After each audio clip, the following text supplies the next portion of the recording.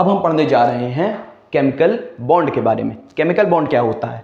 Atom are held together in a molecule by a force of attraction is known as chemical bond. Molecules के जो atom होते हैं उसके अंदर एक फोर्स ऑफ अट्रैक्शन होती है जिसकी वजह से मॉलिक्यूल्स आपस में कंबाइंड रहते हैं और उसे ही हम कहते हैं केमिकल बॉन्ड। केमिकल बॉन्ड कैसे बनता है और क्यों बनता है? केमिकल बॉन्ड क्यों बनता है? To attain stability, number 1 to attain stability, number 2 और कंपाउंड बनाने के लिए, तो for the formation of other compounds. Atom दो तरह के स्ट्रक्चर बनाते हैं, एक इलेक्ट्रोवैलेंट की बॉन्ड की हेल्प से, दूसरा कोवैलेंट बॉन्ड की हेल्प से। आज हम समझेंगे ये इलेक्ट्रोवैलेंट बॉन्ड और कोवैलेंट बॉन्ड क्या हैं और एटम का जो स्ट्रक्चर होता है वो कैसे कंबाइन होके केमिकल बॉन्ड बनाता है। हम स्टार्ट करते हैं इलेक्ट्रोवैलेंट बॉन्ड से। इलेक्ट्रोवैलेंट बॉन्ड,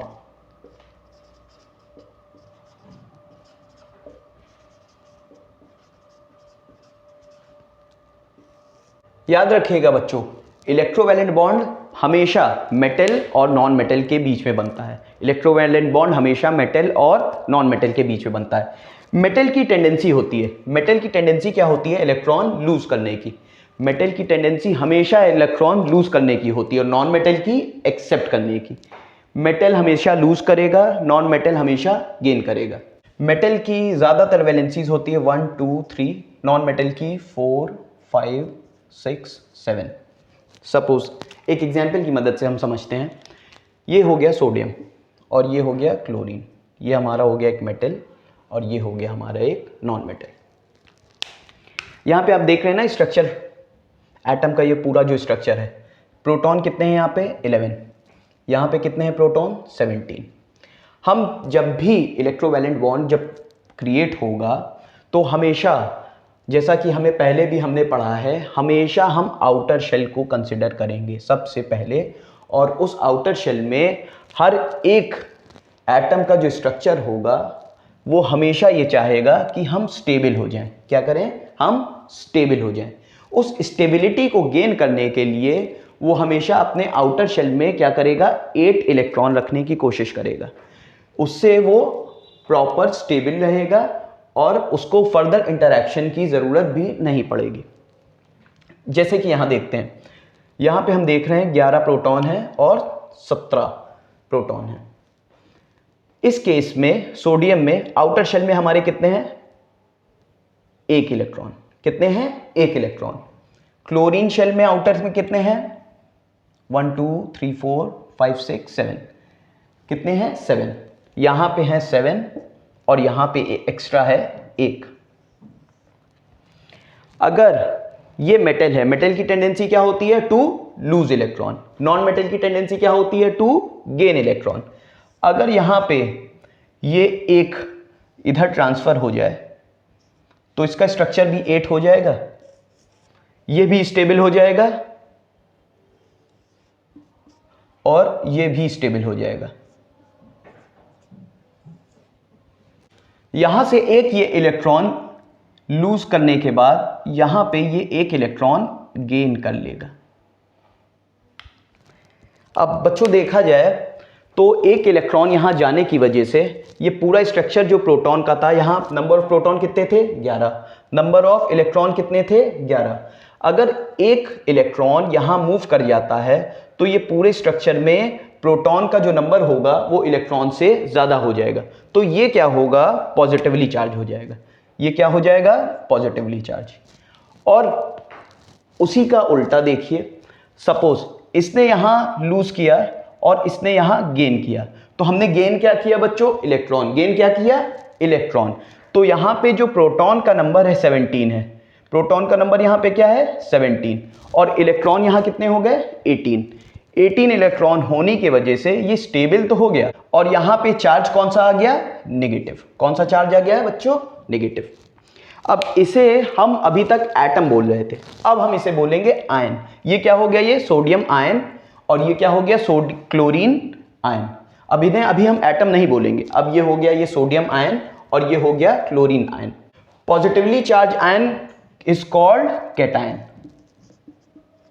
और negatively charge ion is called anion. ये पॉजिटिवली चार्ज हो गया तो ये कैटायन हो गया, और ये नेगेटिवली चार्ज होने की वजह से अब इसे हम कहेंगे एनायन। क्या कहेंगे? एनायन। बच्चों जैसे कि पहले भी हमने पढ़ा था कि हमारा जो एटम का स्ट्रक्चर होता है वो इलेक्ट्रिकली न्यूट्रल होता है। क्या होता है? Electrically neutral. बट यहाँ पे तो देखा जाए तो ये पॉजिटिवली चार्ज हो गया है और ये निगेटिवली। बट ओवरऑल इंपैक्ट अगर हम देखें, ओवरऑल इस पूरे बॉन्ड का, यहां से एक इलेक्ट्रॉन गया है यहां पे, जिसके वजह से ये नेगेटिवली चार्ज हो गया है, और जाने की वजह से ये पॉजिटिवली चार्ज हो गया है। तो इन दोनों को अगर एक साथ देखा जाए तो इन दोनों को ओवरऑल जो नंबर ऑफ इलेक्ट्रॉन हैं वो जितने गए हैं उतने ही आ गए हैं दूसरे में। अगर इन दोनों को एक साथ देखा जाए तो नंबर ऑफ इलेक्ट्रॉन और नंबर ऑफ प्रोटॉन दोनों के क्या हैं? इक्वल है। अगर एक साथ आप देखेंगे तो नंबर ऑफ इलेक्ट्रॉन और नंबर ऑफ प्रोटॉन दोनों के क्या हैं? इक्वल है। तो इस वजह से हमारा जो स्ट्रक्चर है वो स्टेबल रहता है। आयोनिक बॉन्ड जो होता है वो हमारा न्यूट्रल होता है, क्योंकि पॉजिटिव कैटायन और एनायन दोनों आपस में एक दूसरे को कैंसिल कर देता है। इस वजह से इलेक्ट्रिकली हमारा न्यूट्रल होता है कंपाउंड।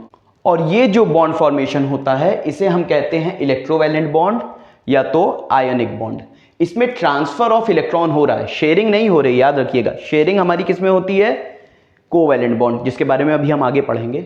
इसमें ट्रांसफर ऑफ इलेक्ट्रॉन होता है, इस वजह से इसे हम कहते हैं इलेक्ट्रोवैलेंट बॉन्ड। और ये किसके बीच में होता है? मेटल और नॉन मेटल में। मेटल क्या करता है? हमेशा लूज करता है। नॉन मेटल क्या करता है? गेन करता है। मेटल की वैलेंसी कितनी होती है? 1 2 3। नॉन मेटल की वैलेंसी कितनी होती है? 4 5 6 7। चलिए एक और एग्जाम्पल कंसिडर कर लेते हैं, उससे आपको चीज़ें और थोड़ा समझ आ जाएंगी। सपोज ये हमारा हो गया मैग्नीशियम Mg, ये हो गया ऑक्सीजन। मैग्नीशियम में होते हैं 12 प्रोटॉन, ऑक्सीजन में होते हैं 8 प्रोटॉन। 8 प्रोटॉन। दो हमारी ये पहली शेल में आ गए,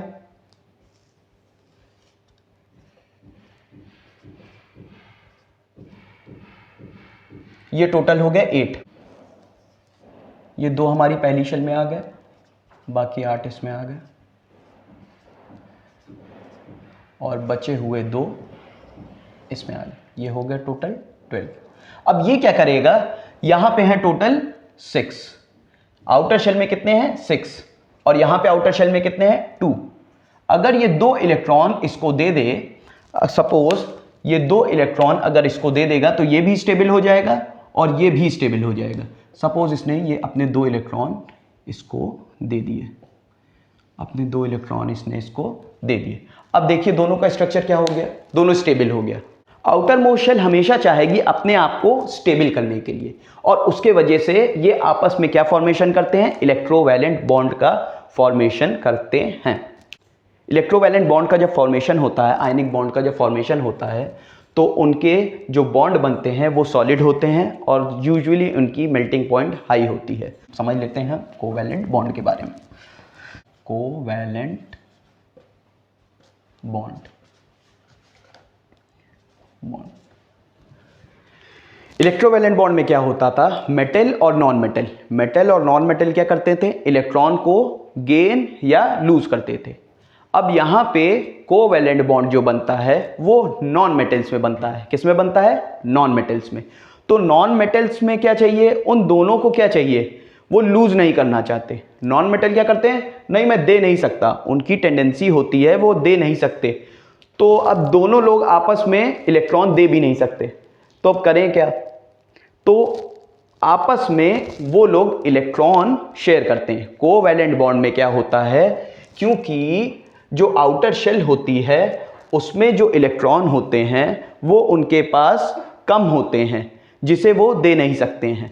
क्योंकि मेटल्स के पास क्या होता है? इलेक्ट्रॉन ज़्यादा होते हैं तो वो लूज कर देते हैं, और नॉन मेटल के पास क्या होता है? इलेक्ट्रॉन्स कम होते हैं तो वो हमेशा क्या करते हैं? गेन करने की कोशिश करते हैं। तो जब दोनों ही नॉन मेटल्स हैं तो दोनों ही गेन करने की कोशिश करेंगे, तो देगा एक दूसरे को कोई नहीं, दोनों आपस में लेने की कोशिश करेंगे। इस वजह से दोनों अपने में इलेक्ट्रॉन्स को शेयर कर लेते हैं। सपोज ये ऑक्सीजन का एटम है, ये एक ऑक्सीजन का एटम हो गया, दूसरा एक ये ऑक्सीजन का एटम हो गया। कितने नंबर ऑफ प्रोटॉन है? 8। इलेक्ट्रॉन कितने होंगे? 8। देखिए आउटर शेल की हम बात करते हैं। आउटर शेल में ये कितने होंगे? 2 2 4 2 6 बचे 2 इसमें कितने हैं? 2 2 4 2 6 बच रहे हैं 2 इलेक्ट्रॉन अगर इन्हें मिल जाए तो ये क्या हो जाएंगे? स्टेबल हो जाएंगे। क्या हो जाएंगे? स्टेबल। तो ये 2 इलेक्ट्रॉन इसका इस ऑक्सीजन एटम का और 2 इलेक्ट्रॉन इस ऑक्सीजन एटम का, ये दोनों आपस में शेयर कर लेंगे तो ये भी हो जाएगा 8 और ये भी हो जाएगा 8 और ये दोनों स्टेबल हो जाएंगे और फॉर्म कर लेंगे O2। आपस में क्या फॉर्म कर लेंगे? O2। इसी तरह एक केस और देख लीजिए। सपोज ये हाइड्रोजन का एटम है, ये ऑक्सीजन का एटम है और ये दोनों हाइड्रोजन के एटम है। इसमें क्या है? नंबर ऑफ प्रोटॉन कितने हैं? 8। इसमें नंबर ऑफ प्रोटॉन कितने हैं? 1। पहली शेल को स्टेबल करने के लिए इन्हें कितना इलेक्ट्रॉन चाहिए? 1। हाइड्रोजन को कितना इलेक्ट्रॉन चाहिए? पहली शेल को स्टेबल करने के लिए अपनी कितने इलेक्ट्रॉन चाहिए? 1। और ऑक्सीजन को कितने इलेक्ट्रॉन चाहिए अपने आप को स्टेबल करने के लिए? 2। हाइड्रोजन को कितने चाहिए? 1। तो 2 हाइड्रोजन एटम मिलके एक ऑक्सीजन एटम के साथ कंबाइन हो जाते हैं और फॉर्मेशन क्या होता है? हमारे पानी का H2O। इलेक्ट्रोवैलेंट बॉन्ड आपको समझ में आ गया, कोवैलेंट बॉन्ड समझ में आ गया। कोवैलेंट बॉन्ड किसका बनता है? हमेशा नॉन मेटल्स का। नॉन मेटल की टेंडेंसी क्या होती है? गेन करने की। दोनों आपस में गेन करना चाहते हैं, गेन नहीं कर सकते, तो आपस में क्या करते हैं? शेयर करते हैं। इस वजह से क्या होता है? हमेशा कोवैलेंट बॉन्ड का फॉर्मेशन। शेयरिंग जब होगी तो कोवैलेंट बॉन्ड, और जब ट्रांसफर ऑफ इलेक्ट्रॉन होंगे, पूरे इलेक्ट्रॉन ट्रांसफर होंगे तो कोवैलेंट बॉन्ड। शेयरिंग जब होगी सॉरी जब शेयरिंग होगी तो क्या होगा? Covalent bond. और जब पूरे ट्रांसफर होंगे तो क्या होगा? Electrovalent bond. नेक्स्ट वीडियो में हम मिलेंगे एक नए टॉपिक के साथ। Thank you.